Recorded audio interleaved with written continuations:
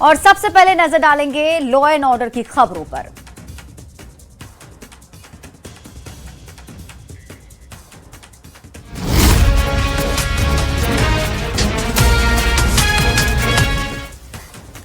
मुजफ्फरपुर से बड़ी खबर है। शूटर गोविंद शर्मा की हत्या में बड़ा खुलासा हुआ है। गोविंद शर्मा के हत्या की जिम्मेदारी उसी के सहयोगी बाबुल चौधरी ने ली है। हत्या की जिम्मेदारी लेने का ऑडियो वायरल हो रहा है। कथित तौर पर बाबुल चौधरी ने पत्रकारों को फोन किया, गोविंद शर्मा को मारने की जिम्मेदारी ली, बोला नहीं मारता तो वो मुझे मार देता। रविवार की रात छोटी कल्याणी रोड में हुई थी कुख्यात गोविंद शर्मा की हत्या और वायरल ऑडियो को लेकर अब पुलिस की टीम एक्टिव हो गई है। एसएसपी कांतेश कुमार मिश्रा ने कहा कि वायरल ऑडियो की जांच जारी है।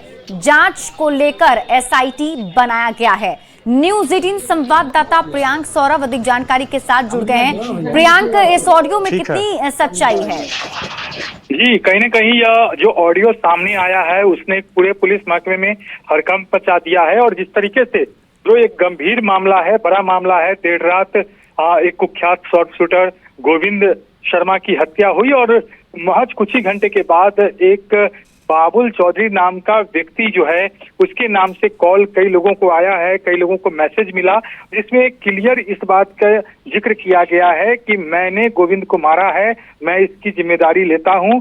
और कहीं न कहीं उसने यह भी कहा है कि मुझे खतरा था, वह मेरे लिए जो है मेरी हत्या का साजिश रच रहा था, अगर मैं उसे नहीं मारता तो वो मुझे मार देता। हालांकि इस वायरल ऑडियो की पुष्टि नहीं हुई है, लेकिन कहीं न कहीं इन सब वायरल ऑडियो के आने के बाद जो है पुलिस टीम अब अलर्ट मोड में आ गई है। एसआईटी का गठन एसएसपी कांतेश कुमार मिश्रा ने कर दिया है और इस ऑडियो जो है, जो वायरल ऑडियो है, इसको जो है वह पड़ताल किया जा रहा है कि यह किसने रिकॉर्ड करके भेजा है, कहां से किया गया है और जो जिस व्यक्ति का नाम लिया गया है या वाकई उसी ने इस ऑडियो को भेजा है। तमाम एंगल से इसकी जांच की जा रही है। जी ठीक है प्रियांक, आप इस खबर पर नजर बनाकर रखिए। शुक्रिया इस अपडेट के लिए।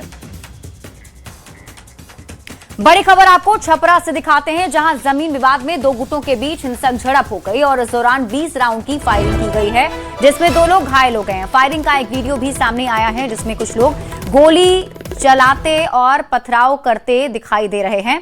घटना जिले के डोरीगंज थाना अंतर्गत बलवन टोला की बताई गई। फिलहाल पुलिस मामले की जांच में जुटी हुई है।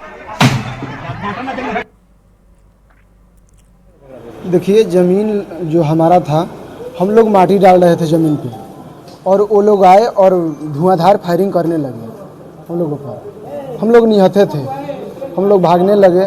भागते में 2 आदमी का गोली लगा है। ऊपर से छत पे चढ़ के रोड़ाबाजी करने लगे। रोड़ाबाजी में इनको कपार फूट गया है, हाफ मर्डर हुआ है। पूर्णिया से बड़ी खबर मिल रही है। अर्धनग्न अवस्था में महिला का शव बरामद किया गया है। पड़ोसी पर ही हत्या करने का आरोप लगा है। पड़ोसी से जमीन विवाद चल रहा था। कृत्यानंद नगर के काझा कोठी बहियार की एक घटना है। पुलिस पूरे मामले की जांच पड़ताल में जुटी हुई है। मम्मी मेरा कैसे कहाँ गई थी कल? दमदा। क्या बोल के गई थी? कागज पत्तर आने के लिए। कौन चीज का? जमीन का। क्या किससे विवाद चल रहा है? मेरा पड़ोसी था, एक हट के था। गया था, धंधा किया था उसको, जो है कि कचहरी का काम था, वहीं गया था। उधर से रिटर्न में आने में ऐसा हुआ है। यह हत्या पहले जो है कि पहले से लड़ाई झगड़ा चलता था। तकरीबन आज 12 बजे के नगर थाना पुलिस को सूचना मिलती है कि एक महिला का मृत शरीर जो है काजा कोठी इलाके में पाया गया है और बिल्कुल जो नहर के बिल्कुल समीप है। सूचना का सत्यापन हमारी पुलिस द्वारा किया जाता है और दल बल के साथ के नगर थाना पुलिस मौके वारदात पर पहुंचती है। एफएसएल की टीम को बुलाया गया है और वो अभी एविडेंस कलेक्ट कर रही है। उसके साथ साथ डॉग स्क्वाड की टीम भी मौके वारदात पर पहुंच चुकी है और उनके द्वारा भी एविडेंस कलेक्शन किया जा रहा है। बड़ी खबर भागलपुर से आपको बताते हैं, जहां मायागंज स्थित JLNMCH अस्पताल में सुरक्षा गार्डों के 2 गुटों के बीच हिंसक झड़प हो गई। वेतन बढ़ाने की मांग को लेकर अस्पताल के पुराने प्राइवेट गार्ड पिछले कुछ दिनों से हड़ताल पर थे, जिससे अस्पताल का कामकाज प्रभावित हो रहा था। इस स्थिति को संभालने के लिए सुरक्षा एजेंसी ने बांका से नए गार्ड बुलाकर ड्यूटी पर तैनात कर दिया। जब हड़ताली गार्डों ने इन नए कर्मियों का विरोध किया तो दोनों पक्षों में विवाद बढ़ गया। देखते ही देखते दोनों ओर से जमकर लाठी डंडे चलने लगे, जिसमें कई गार्ड गंभीर रूप से घायल हो गए हैं। घटना के बाद दोनों ही पक्षों ने एक दूसरे पर मारपीट का आरोप लगाया है। ये लोग अचानक दौड़ा और हमारे ऊपर लाठी डंडे से हमला गेट के ऊपर, ऑफिस के गेट के बाहर हमारे ऊपर लाठी डंडे से हमला। आप इसके पहले कहाँ काटते थे? इससे पहले मैं यूनिवर्सिटी में काम करता था, लगभग 2.5 साल में यूनिवर्सिटी में रहा और उसके बाद यूनिवर्सिटी का मेरा काम खत्म होने के बाद मैं आ गया। यहाँ कब आए? यहाँ पर लगभग हो गया मेरे को। देखिए सर, हम लोग का कंपनी की तरफ से ज्वाइनिंग किया गया था और मैं यहाँ भागलपुर की तरफ से कंपनी SIS से आया है और यहाँ बोला था ड्यूटी ज्वाइन करने के लिए, तो हम लोग ज्वाइन करने के लिए आए। करीब हम लोग का संख्या 40-50 के संख्या में आए थे और उसी के बीच में जो है वो अगले तरफ से मेरा ही कंपनी का आदमी है, पर लेकिन विरोध वो लोग हड़ताल किए हुए थे, उसके तरफ से हम लोग को बुलाया था कि ज्वाइन करना है। यहाँ टेंडर माफिया और ठेकेदार रिशु श्री से नजदीकी रखने और उसे करोड़ों का मुनाफा देकर काली कमाई करने के मामले में अब तक 3 IAS अधिकारी के खिलाफ कार्रवाई हो चुकी है। SBU से मिली जानकारी के मुताबिक 2018 से लेकर 2024 तक रिशु श्री के स्वर्णिम काल रहे हैं और इस दौरान निर्माण कार्य से जुड़े विभागों के अधिकारी जांच एजेंसियों के रडार पर रहे। करीब 1 दर्जन अधिकारियों के ठिकाने पर ईडी ने कार्रवाई करते हुए तलाशी की थी। पूरी खबर बता रहे हैं न्यूज 18 संवाददाता अमित कुमार। तो आपको ये रिपोर्ट हम दिखाएंगे, लेकिन उससे पहले आप ये तस्वीर देखिए। जो तस्वीर हम आपको दिखा रहे हैं, ये रिशु श्री के ठिकाने पर जब छापेमारी की गई थी तो वहां से जो बरामदगी हुई है उसकी तस्वीर हम आपको दिखा रहे हैं।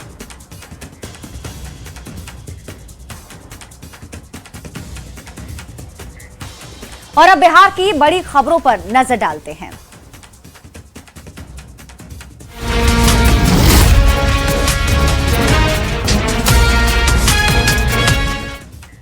पटना से आपको बड़ी खबर बताते हैं। मुख्यमंत्री सम्राट चौधरी ने बड़ी समीक्षा बैठक की है। समाज कल्याण विभाग की योजनाओं पर समीक्षा हुई। संकल्प सभागार में अधिकारियों संग ये बैठक की गई, जिसमें पेंशन राशि हर महीने 10 तारीख तक भेजने का निर्देश दिया गया है। आंगनबाड़ी केंद्रों की 100% उपस्थिति सुनिश्चित करने के निर्देश दिए गए हैं। बच्चों के पोषण सुधार पर सरकार का बड़ा फोकस है और स्टंटिंग और वेस्टिंग के आंकड़े सुधारने पर जोर दिए गए हैं। परवरिश योजना का दायरा बढ़ाने के निर्देश मुख्यमंत्री ने दिए। रिक्त पदों को जल्द भरने का आदेश भी दिया गया। आंगनबाड़ी केंद्रों को और मजबूत बनाने पर जोर हुआ।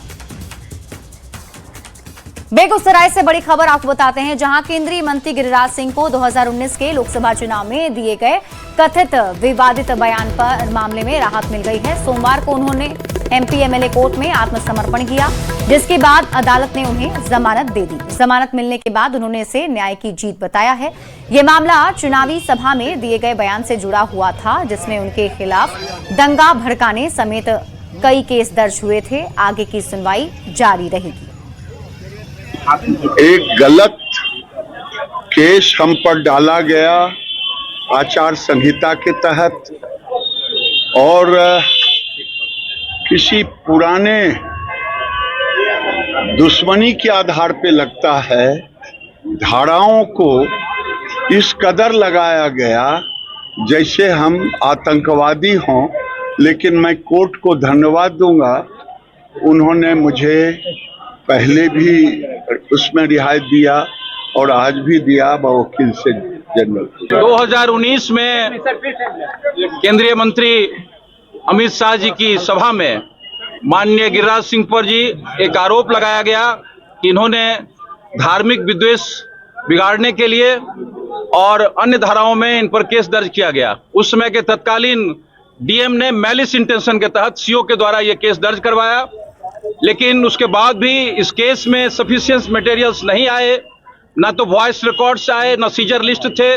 उसके बावजूद भी एक लॉ अबाइडिंग पीपुल के कारण, चूंकि केंद्रीय मंत्री हैं और सम्मानित व्यक्ति हैं, इन्होंने कोर्ट के निर्णय का पालन किया और कॉग्निजेंस के बाद सो मोटो अपीयर हुए हैं और इन्होंने 205 का भी पिटीशन दिया है फिजिकल प्रेजेंस से डिस्पेंस करने के लिए। हमें लगता है कि कोर्ट में इन्हें न्याय मिलेगा। खबर सीतामढ़ी से है, जहां प्रस्तावित सीतापुरम सैटेलाइट टाउनशिप परियोजना के खिलाफ स्थानीय लोगों का गुस्सा फूट पड़ा है। बड़ी संख्या में किसानों, महिलाओं और युवाओं ने समाहरणालय पहुंचकर प्रशासन के खिलाफ जोरदार प्रदर्शन किया है। इस दौरान पूरा परिसर जान दे देंगे, जमीन नहीं देंगे के नारों से गूंज उठा, जिसे देखते हुए सुरक्षा के भी कड़े इंतजाम किए गए थे। प्रदर्शनकारियों का कहना है कि टाउनशिप के लिए अधिग्रहित की जाने वाली जमीन उनकी पुश्तैनी और बेहद उपजाऊ कृषि भूमि है। जमीन लेकर और रोजगार दे देगी, लैंडलेस लोग हो जाएंगे जो कृषि करके जीवन यापन कर रहे हैं। सारा कृषियों की जमीन है, सब सारा पूर्वज अरज के अपना बाल बच्चा के लिए रखे हुए, नहीं कि कोई। बड़ी खबर सहरसा से है, जहां शिक्षक, अभ्यर्थियों और बेरोजगार युवाओं ने अपनी मांगों को लेकर बेरोजगार आक्रोश मार्च का आयोजन किया है। ये मार्च जिला परिषद परिसर से शुरू होकर समाहरणालय तक निकला, जहां अभ्यर्थियों ने प्रदर्शन कर अपनी मांगों के समर्थन में आवाज बुलंद की। प्रदर्शनकारियों की मुख्य मांगों में बीपीएससी TRE 4 का नोटिफिकेशन जल्द जारी करने की मांग है।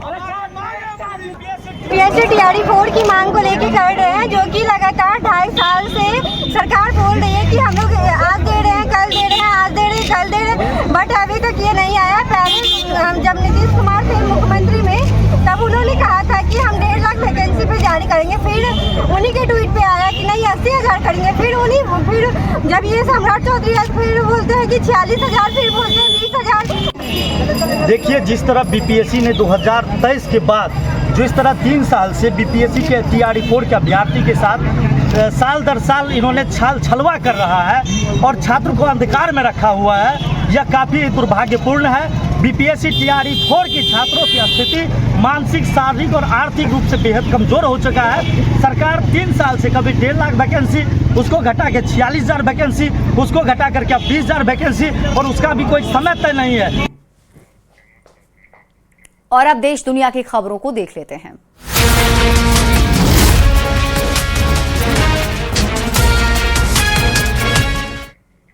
जेईई एडवांस्ड परीक्षा में बिहार के गया जी के शुभम कुमार ने टॉप किया है। शुभम को 360 अंकों में से 330 अंक मिले हैं और इसके साथ ही शुभम ने ऑल इंडिया रैंक 1 हासिल किया है। शुभम गया जी के नादरागंज के रहने वाले हैं, जो कि कोटा में रहकर पढ़ाई करते हैं। इसके बाद परिवार वालों में खुशी की लहर है। साथ ही उनके दोस्त कबीर ने 329 अंक के साथ ऑल इंडिया रैंक 2 हासिल की है। इस मौके पर कोटा में जश्न का माहौल है। परीक्षा में टॉप किए छात्रों के परिवार जश्न मना रहे हैं। न्यूज़ 18 से खास बातचीत में शुभम के माता पिता ने काफी खुशी जताई है। जेईई एडवांस 2026 और इस रिजल्ट के topper Shubham Kumar, all India rank 1। निश्चित तौर पर शुभम बहुत बड़ा अचीवमेंट होता है, इतनी बड़ी परीक्षा और इतनी बड़ी परीक्षा में रैंक 1। तो मैं तो अभी फिलहाल तो बहुत खुश हूँ, क्योंकि जब कोटा आया था तो एक्सपेक्टेड नहीं था कि इतना अच्छा परफॉर्म कर पाएंगे, बट अभी चारों तरफ बहुत ही खुशी का माहौल है, एक्साइटेड हूँ बहुत। लेकिन इस खुशी की वजह भी तो आप ही है। हाँ, सो खुद पर तो गर्व होता ही है थोड़ा कि मेहनत किया तो फाइनली हार्ड वर्क ने पे ऑफ किया है। सोचा था ये रैंक, क्योंकि नंबर 1 बहुत बड़ी रैंक होती है, इसके बाद तो कुछ होता नहीं है। जब कोटा आया था तब तो इतना ज्यादा एक्सपेक्टेशंस नहीं था, बट धीरे धीरे जब इस सिस्टम में पढ़ता गया और अच्छे स्टूडेंट्स के साथ compete करता गया, ऑल इंडिया ओपन टेस्ट देता रहा, तो फिर उस समय समझ में आ गया कि हाँ अब अच्छी रैंक तो आनी है, बट फिर भी रैंक 1 तो। चैलेंजेस बहुत ज्यादा फेस किए होंगे, वो चैलेंजेस किस तरह के थे जिनसे लड़ते हुए इस रैंक 1 तक पहुंचे? मतलब चैलेंजेस में तो वही थे कि अपना जो भी मार्क्स होता है या रैंक्स होते हैं अपने बैचेस में, उसको कंसिस्टेंटली मेंटेन करके रखना होता है। शुभम के मम्मी पापा हैं, निश्चित तौर पर मैम सर आपके लिए आज से बड़ा दिन हो नहीं सकता। It's very really moment and proud moment, and I'm very happy to know about that. Shubham is JEE Advanced 1 rank, All India 1 rank gain किया है और इससे काफ़ी प्राउड मोमेंट है और बहुत खुशी है। सर अपने बच्चे के लिए सोचा था कि रैंक 1 हासिल करेगा? सोचा तो नहीं था, बट ये सोचा था कि जो भी करेगा दी बेस्ट करेगा, और मैं समझता हूँ कि ये रैंक के बारे में तो मैंने पहले भी सोच रखा था कि क्योंकि इसकी स्टडी मटेरियल जो मिल रही थी उससे लग रहा था कि नहीं जो भी रिजल्ट आएगा दी बेस्ट आएगा, बट वो बेस्ट ऐसा आया कि रैंक 1 आ गई, माँ की आंखों में हल्की सी आंसू है। जी सर जी, क्या कहेंगे बच्चे के? बच्चे भी कहेंगे बहुत हार्ड वर्क किया है और हमने जो डिसीजन लिया था उसे कोटा भेजने का वो आज उसका सक्सेस हो गया है। उसका भी बहुत ड्रीम था कि मैं कुछ अच्छा करूँगा और मेरा भी बहुत ड्रीम था, आज वो ड्रीम हम लोग का पूरा हो गया है तो बहुत खुशी हो रही है। सोचा था, संघर्ष भी बहुत रहे होंगे मैम, उस हाँ, बच्चे वो को यहाँ भेजा, कोटा भेजा, हाँ, कोटा के लिए क्या कहेंगे? कोटा बहुत अच्छा शहर है। पश्चिम बंगाल में टीएमसी नेता अभिषेक बनर्जी और कल्याण बनर्जी पर हमले को लेकर सियासी घमासान और भी ज्यादा तेज हो गया है। टीएमसी ने बीजेपी के खिलाफ राज्यव्यापी आंदोलन का ऐलान कर दिया है और पार्टी ने अपने कार्यकर्ताओं से हर ब्लॉक वार्ड लेवल पर विरोध प्रदर्शन करने की अपील की है। 2 जून यानी कल टीएमसी प्रमुख ममता बनर्जी कोलकाता टेरानी रासमणी रोड पर धरने का नेतृत्व करेंगी। टीएमसी का आरोप है कि चुनाव बाद हिंसा और उसके नेताओं पर हुए हमलों के पीछे बीजेपी का हाथ है और इस मुद्दे को लेकर अब बंगाल की सियासत में नया टकराव देखने को मिल सकता है। केंद्रीय मंत्री गिरिराज सिंह ने एक बार फिर से ममता बनर्जी और कपिल सिब्बल पर तीखा हमला बोला है। गिरिराज सिंह ने ममता बनर्जी की पार्टी पर तानाशाही रवैया अपनाने का आरोप लगाया तो वहीं कपिल सिब्बल के बयानों पर पलटवार करते हुए सिख दंगों को याद दिलाया है। याद नहीं है जब टीएमसी की सरकार ने जनप्रतिनिधियों को हत्या करके पेड़ में लटका दिया था। शायद कांग्रेस के लोग अपने दिन भूल गए जब देश में सिखों का नरसंहार हुआ था। और इस बीच आपको बड़ी खबर ट्विशा मौत केस से जुड़ी हुई बताते हैं। एक बड़ा अपडेट सामने आ रहा है। गिरिबाला के घर क्राइम सीन रिक्रिएट किया गया। सीबीआई ने क्राइम सीन रिक्रिएट किया है। ट्विशा के वजन के बराबर डमी बॉडी से सीन रिक्रिएट किया गया। गिरिबाला के घर के बाहर पुलिस फोर्स भी तैनात कर दी गई थी। तो बड़ी खबर आपको बता रहे हैं ट्विशा मौत मामले से जुड़ी हुई, जिसमें बड़ा अपडेट सामने आया है। गिरिबाला के घर पर आज सीबीआई की टीम पहुंची जहां क्राइम सीन रिक्रिएट किया गया। गाजियाबाद के खोड़ा में सूर्या हत्याकांड के मामले में अब नया अपडेट सामने आया है। मुख्य आरोपी असद के घर के बाहर नोटिस चस्पा किया गया है और 15 दिन के अंदर घर खाली करने के आदेश दिए गए हैं। नवनीत बिहार मुख्य आरोपी असद के घर के बाहर प्रशासन ने बड़ी कार्रवाई की। प्रशासन ने अवैध कब्जे का नोटिस चस्पा किया है, साथ ही चेतावनी दी कि अगर तय समय में खुद कब्जा नहीं हटाया गया तो प्रशासन ध्वस्तीकरण की कार्रवाई करेगा।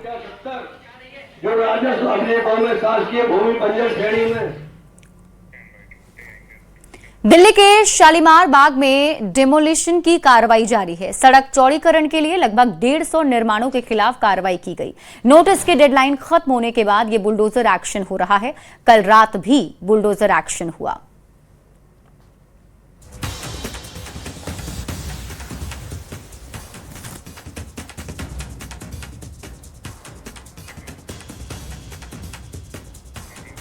तो 3 तस्वीरें टीवी स्क्रीन पर आपको दिखा रहे हैं, जिसमें आप देख सकते हैं किस तरीके से बुलडोजर एक्शन यहां लिया जा रहा है। दरअसल सड़क के चौड़ीकरण को लेकर के यह एक्शन किया जा रहा है। डेडलाइन दी गई थी और डेडलाइन खत्म होने के बाद अब प्रशासन की तरफ से एक्शन लिया गया। वीडियो नंबर 1 में आप देख सकते हैं धड़ाम से इमारत गिरती हुई नजर आ रही है। वीडियो नंबर 2 जहां बुलडोजर का एक्शन दिखा है और वीडियो नंबर 3 में आप देख सकते हैं इमारत जमींदोज किया गया है। भीषण गर्मी से बचने के लिए पहाड़ी इलाकों की ओर उमड़ रही पर्यटकों की भीड़ अब काफी ज्यादा होती जा रही है। 4 धाम यात्रा और सैलानियों की भीड़ से पहाड़ों में भीषण ट्रैफिक जाम लग रहा है। होटल हाउसफुल हैं, पार्किंग की जगह कम पड़ रही है और सड़कों पर कई किलोमीटर लंबे जाम लग रहे हैं। ट्रैफिक और भीड़ प्रशासन के लिए बड़ी चुनौती बन गई है। हरिद्वार, देहरादून, जोशीमठ में सैलानियों की उमड़ी भीड़ ने लोगों की परेशानी भी बढ़ा दी। मैदानी इलाकों में तेज गर्मी पड़ने से बेहाल लोग अब हिल स्टेशन की ओर जा रहे हैं। यही वजह है कि पहाड़ी राज्यों में सैलानियों की भीड़ देखी जा रही है।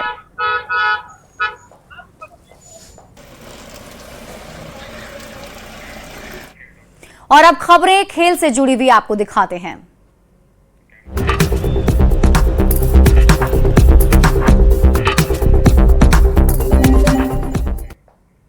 आरसीबी ने लगातार दूसरे सीजन आईपीएल का खिताब अपने नाम कर लिया है। अहमदाबाद में खेले गए फाइनल में आरसीबी ने गुजरात टाइटंस को 5 विकेट से हराकर ट्रॉफी पर कब्जा कर लिया है। बेंगलुरु ने अहमदाबाद के नरेंद्र मोदी स्टेडियम में टॉस जीतकर बॉलिंग चुनी। गुजरात ने 20 ओवर में 8 विकेट खोकर 155 रन बनाए। 156 रन का टारगेट बेंगलुरु ने 18 ओवर में 5 विकेट खोकर हासिल कर लिया। विराट कोहली ने 18वें ओवर की आखिरी गेंद पर छक्का लगाकर टीम को जीत दिलाई। कोहली 75 रन पर नाबाद लौटे। विराट को प्लेयर ऑफ द मैच चुना गया। वहीं चैंपियन बनने पर आरसीबी को ट्रॉफी के साथ 20 करोड़ रुपए की प्राइज मनी मिली, जबकि रनर अप गुजरात टाइटंस को भी 12.5 करोड़ की रुपए दी गई है।